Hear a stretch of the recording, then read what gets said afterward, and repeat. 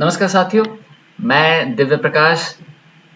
ये आशा करता हूँ कि आपकी तैयारी अच्छी चल रही होगी, आप करंट अफेयर्स की अच्छी तैयारी कर रहे होंगे और मैं जो आपको इसमें मदद कर सकता हूँ ये कि मैं कुछ खास क्वेश्चंस आपके लिए लेते आऊँ जो मुझे लगता है कि बीपीएससी में आपके समक्ष आ सकते हैं। जितना मेरा एक्सपीरियंस है उस हिसाब से मैं क्वेश्चंस फ्रेम कर रहा हूँ, क्वेश्चन सेलेक्ट कर रहा हूँ जो भी मेरे पास रिसोर्सेज हैं उसमें से, और आपको सेलेक्टिव तैयारी में करा रहा हूँ करंट अफेयर्स की। ठीक है, क्वेश्चंस के रूप में आप पिछले सेशन में समझ गए होंगे कि मेरी क्या स्ट्रेटजी है। भले ही हम हर सेशन में 10 क्वेश्चन कर रहे होंगे पर वो 10, 20, 30 के बराबर हैं। तो मेरी कोशिश यही रहेगी कि अभी भी मैं यही करूं और मैक्सिमम आपको मैं स्ट्रेटजी पे फोकस करूं, क्योंकि क्वेश्चंस बनाने का कोई और छोर नहीं है। इधर से पकड़ सकते हैं, उधर से पकड़ सकते हैं, बनाने का बहुत सारा तरीका है। फ़ायदा मैं आपको बता चुका हूँ कि अगर आप पढ़ते रहेंगे, प्रैक्टिस करते रहेंगे, स्ट्रेटजी समझते रहेंगे और उसको इम्प्लीमेंट भी करेंगे, ना सिर्फ समझना होता है। आप जानते हैं बहुत कुछ है, सब जानते हैं, सुबह उठना है, डेली पढ़ना है, एक रिचुअल मेंटेन करना है, बट सब नहीं कर पाते हैं। Priority decides everything in life. So आशा करता हूँ मैं कि पिछले फर्स्ट सेशन का जो हमारा सेट 1 था उसके नोट्स आपने अच्छे से बना लिए होंगे, उसमें जो होमवर्क्स थे बना लिया होगा। तो आप खुद ही अपने अंतर्मन में मुझे बताएं कि बारडा का फुल फॉर्म क्या है। पिछले सेशन में एक क्वेश्चन था कि बारडा को किस ऑर्गेनाइजेशन ने सेटअप करने का प्लेज लिया है, BARDA, जिसके बेसिस पे हमने 2-3 और क्वेश्चन देखे थे जिसका आंसर यूरोपियन यूनियन था। यूरोपियन यूनियन का हेडक्वार्टर में हमने पूछा था, किस कंट्री में था पूछा था, किस ट्रीटी से बना था, और मैस्टिस ट्रीटी थी उसकी नाम, और पूछा था मैस्टिस सिटी किस कंट्री में है। इतने सारे क्वेश्चन हमने एक क्वेश्चन से बनाए थे। तो आप मुझे बता दें कि आपको अभी जो मैंने इतने सारे क्वेश्चंस पूछे इसमें से आपको कितने याद हैं, कितने नहीं हैं, और आपने नोट्स बनाया था नहीं बनाया था। देखिए, मैं कोई नहीं हूँ और मेरा कोई इंटरेस्ट भी नहीं है कि मैं आपको बहुत कुछ बोलूं, क्योंकि अल्टीमेटली आपको एग्ज़ाम में अपीयर होना है और आपको पदाधिकारी बनना है। मुझे बहुत खुशी होगी कि आप स्क्रीन के उस साइड से निकल के मेरे साथ मेरे बगल में बैठें और भी स्टूडेंट्स को जब आप सफल हो जाएं तो गाइड करें। मुझे बहुत खुशी होगी इस बात की। बट उससे पहले आपको बहुत सारी हर्डल्स क्रॉस करनी होगी, जिसमें से एक छोटा सा हर्डल ये है कि इनडिसिप्लिन होना। डिसिप्लिन रहिए, नोट्स बनाइए। एग्ज़ाम के जैसे जैसे दिन नज़दीक आते जाएंगे बहुत सारे लोगों का कॉन्फिडेंस उस हिसाब से गिरता जाएगा, पर मेरी बात आप याद रखेंगे, अगर आपने नोट्स बनाया है तो आपका कॉन्फिडेंस हमेशा ऊपर रहेगा।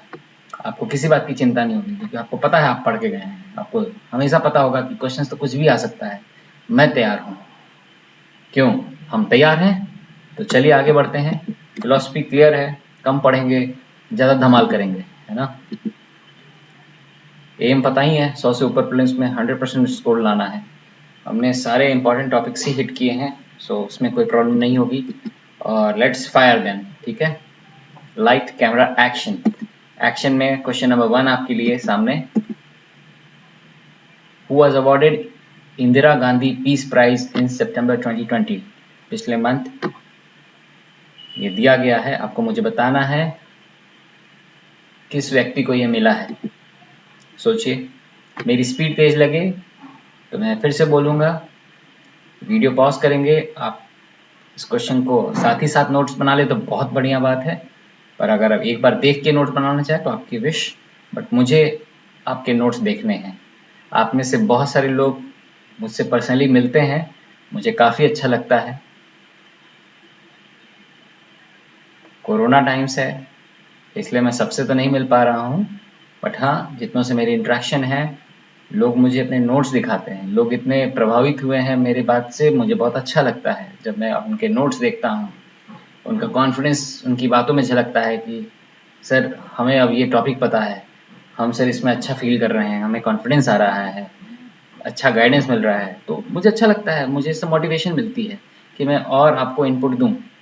भले ही मेरे पास भी रिसोर्सेज टाइम की कमी है, दुनिया में हर व्यक्ति को है, मुझे भी है, ठीक है, सबके पास इन चीज़ों की कमी होती है, बट मैं अपना समय निकाल के आपको दे रहा हूँ, तो मैं इतनी अपेक्षा आपसे ज़रूर करता हूँ कि आप नोट्स बनाएंगे और सिंसियरली पढ़ेंगे। जब पढ़ ही रहे हैं तो अच्छे से पढ़ लीजिए ना, एग्जाम में बैठना ही है तो क्यों ना रिजल्ट भी ले लिया जाए साथ में। बाई प्रोडक्ट रिजल्ट है, सब एग्जाम में बैठते हैं पर कितनों का निकलता है, अभी देख लीजिए क्या परसेंटेज है।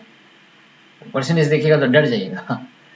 0.00 1% भी नहीं होती है, 0.00 में आती है, चाहे यूपीएससी हो बीपीएससी कोई भी एग्जाम हो।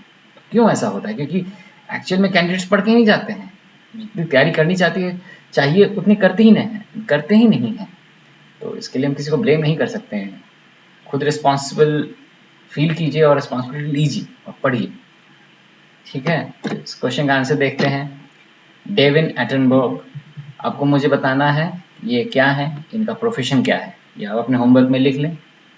क्वेश्चन कहीं से भी आ सकता है, और जब ये नाम आ गया तो आप इनके बारे में थोड़ा सा एक गूगल मारिएगा, इतने फेमस व्यक्ति हैं तो कुछ ना कुछ मिल जाएगा। बस नोट कर लीजिए, ब्रैकेट में लिख लीजिए, एक वर्ड लिख लीजिएगा तो आंसर अगर कहीं गलती से भी एग्जाम में आ गया, किसी भी एग्जाम में आ गया, तो आपकी नैया पार हो जाएगी, सिंपल, ठीक है। क्वेश्चन नंबर 2 की तरफ चलते हैं। अभी हाल ही में 7th Indian coast guard OPV offshore patrol vessel commission हुआ है। आपको मुझे बताना है, ये 7th एंड लास्ट अपनी कैटेगरी का था, ये कौन था, क्या नाम था इस वेसल का? इस वेसल का नाम था विग्रह, ठीक है। आपको मुझे बताना है कि ये किस कंपनी ने बनाया, ठीक है। तीसरे क्वेश्चन की तरफ। हीलियोस, उलिसेस एंड सोहो, अजीबोगरीब नाम, are all missions to study which astronomical body, किस बॉडी को पढ़ने के लिए, उसके बारे में शोध करने के लिए ये मिशंस बनाए गए हैं। ये क्वेश्चन बिल्कुल कॉमन सेंस वाला है, इसमें आपको कोई कुछ नहीं पता होना चाहिए कि ये ओलियोस क्या है, सोहो क्या है, ये ऐसे ही टाइम पास दिया गया है। ये मिशंस का नाम है, नहीं भी पता हो तो चलेगा, बट अगर आपको हीलियोस पता है, थोड़ा सा भी कुछ भी आपको आइडिया है पास्ट स्टडीज का, और अपने एस्ट्रोनॉमी थोड़ी सी भी पढ़ी है, चांद सितारों के बारे में पता है आपको, उनकी गैलेक्सी पता है, तो ये नाम आपको पता होगा। तो सिंपल आंसर है सन। हीलियोस का मतलब सन होता है, सन को रेफर करते हैं। आपको मुझे ये बताना है कि सन जो हमारा प्यारा सूरज है वो किस गैलेक्सी में है। मतलब मैं पूछ रहा हूँ आपसे कि हमारे प्यारे गैलेक्सी का नाम क्या है, ठीक है। इतने बेसिक क्वेश्चंस भी कभी कभी पूछ दिए जाते हैं, और एग्जाम में क्लोज ऑप्शंस दे देंगे, तो जिनका रिवीजन नहीं है, जिन्होंने कभी रिकॉल नहीं किया है, उनको प्रॉब्लम हो जाएगी, ठीक है। तो क्वेश्चन है तो है, आपको तैयार रहना होगा, ठीक है। नेक्स्ट क्वेश्चन, चौथा नंबर क्वेश्चन है, चियांग माई इनिशिएटिव, ये multilateral currency swap arrangement among members of which organisation, एक समूह में आपसी मेंबर को ये करेंसी स्वैप अरेंजमेंट है, इसका नाम चियांग माई इनिशिएटिव है, किस ऑर्गेनाइजेशन का है? सोचिए, चियांग माई इनिशिएटिव, नाम से थोड़ा देखिए, नाम में चियांग माई है, मतलब इतना तो क्लियर है कि ये इसी साइड का है, south east Asia, China related है, पर चाइना का ऑर्गेनाइजेशन कौन सा है, चाइना है भी या नहीं है, इस तरह से आप सोच सकते हैं। तो इसका मतलब ये होगा कि आप अफ्रीका में अफ्रीकन यूनियन नहीं मारिएगा, ऑर्गेनाइजेशन पूछा है। यूरोपियन यूनियन तो भूल से भी नहीं मारिएगा, अगर ऑप्शन में यूरोपियन यूनियन होगा तो आउट करेंगे, अफ्रीकन यूनियन होगा तो आउट करेंगे, नाटो होगा तो नाटो भी आउट कर सकते हैं। तो बचा क्या, आसियान एक बहुत बड़ा ऑर्गेनाइजेशन है जो कि रिसेंट टाइम्स में काफी प्रभाव डाल रहा है वैश्विक घटनाओं पे। तो आपको याद करना है चियांग माई इनिशिएटिव आसियान, ठीक है, क्लियर है। आसियान साउथ ईस्ट एशिया में है, लैंग्वेज मोर और सेम, ताइवान इनसे रिलेटेड है, ठीक है। आपको मुझे ये बताना है कि आसियान का हेडक्वार्टर कहाँ पे है, ठीक है। और जब आसियान पढ़ रहे हैं तो आसियान कब गठित हुआ ये वर्ष याद रखें, इसका हेडक्वार्टर कब हुआ, इसका हेडक्वार्टर कहाँ है याद रखें, ठीक है। चलिए नेक्स्ट क्वेश्चन 5 की तरफ चलते हैं। आपको मुझे बताना है, रिसेंटली न्यूज़ में था इसलिए ये मेरी मेमोरी से आया कि ब्लू फ्लैग सर्टिफिकेशन। अब क्वेश्चन मैंने इस तरह से डाला है कि what is blue flag certification. Question ये भी हो सकता है कि ब्लू फ्लैग सर्टिफिकेशन किस चीज से रिलेटेड है। ठीक है, मैंने इन जनरल डाला है, बट आपको याद रखना होगा ब्लू फ्लैग सर्टिफिकेशन मतलब क्या।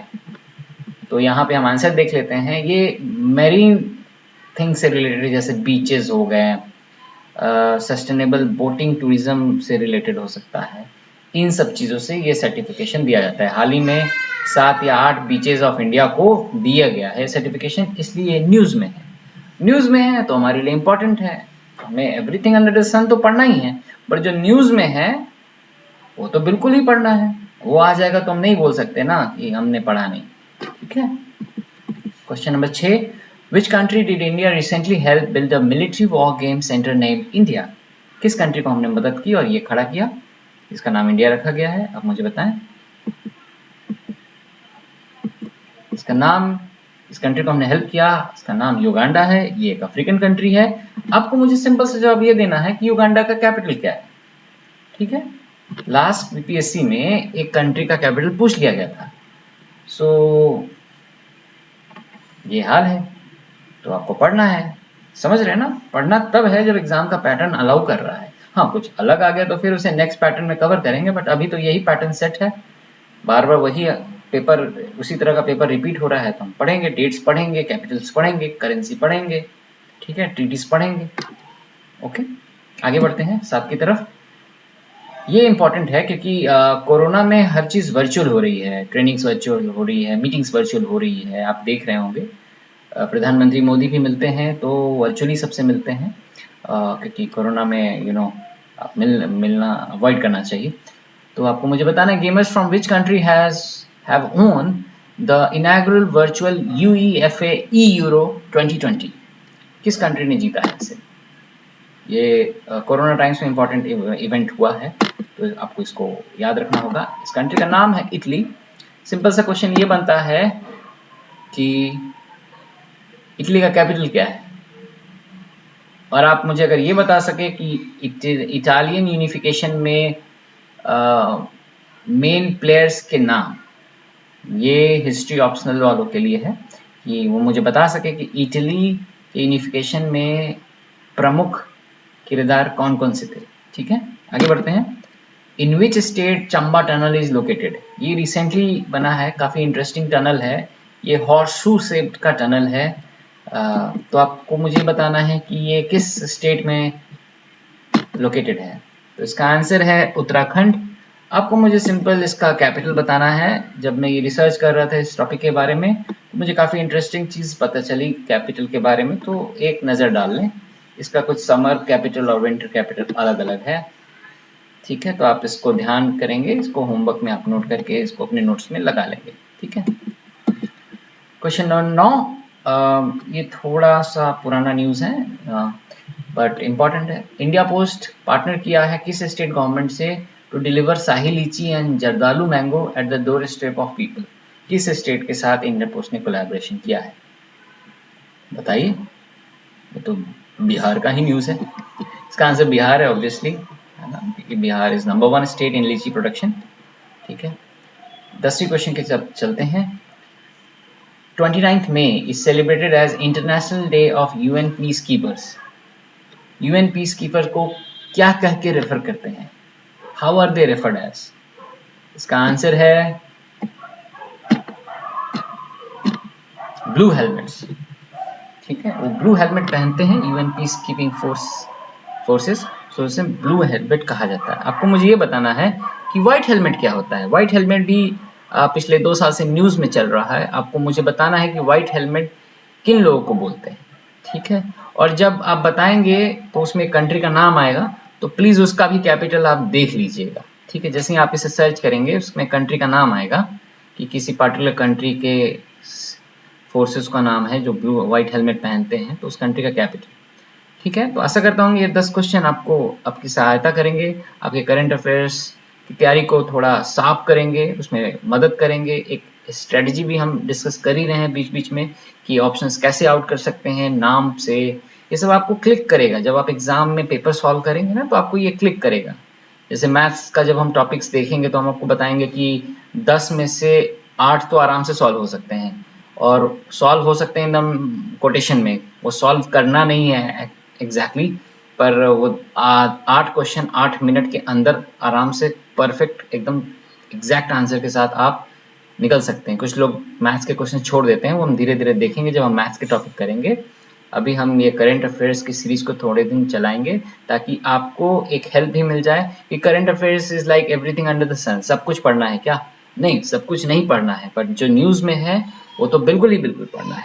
ठीक है, मैं आशा करता हूँ कि आपकी और मेरी जो ये साठगांठ है ये रंग लाएगी, है ना। आप पदाधिकारी बने ऐसी मेरी कामना है, और मैं तहे दिल से आपको शुभकामना देता हूँ। आप अच्छे से तैयारी करें। धन्यवाद।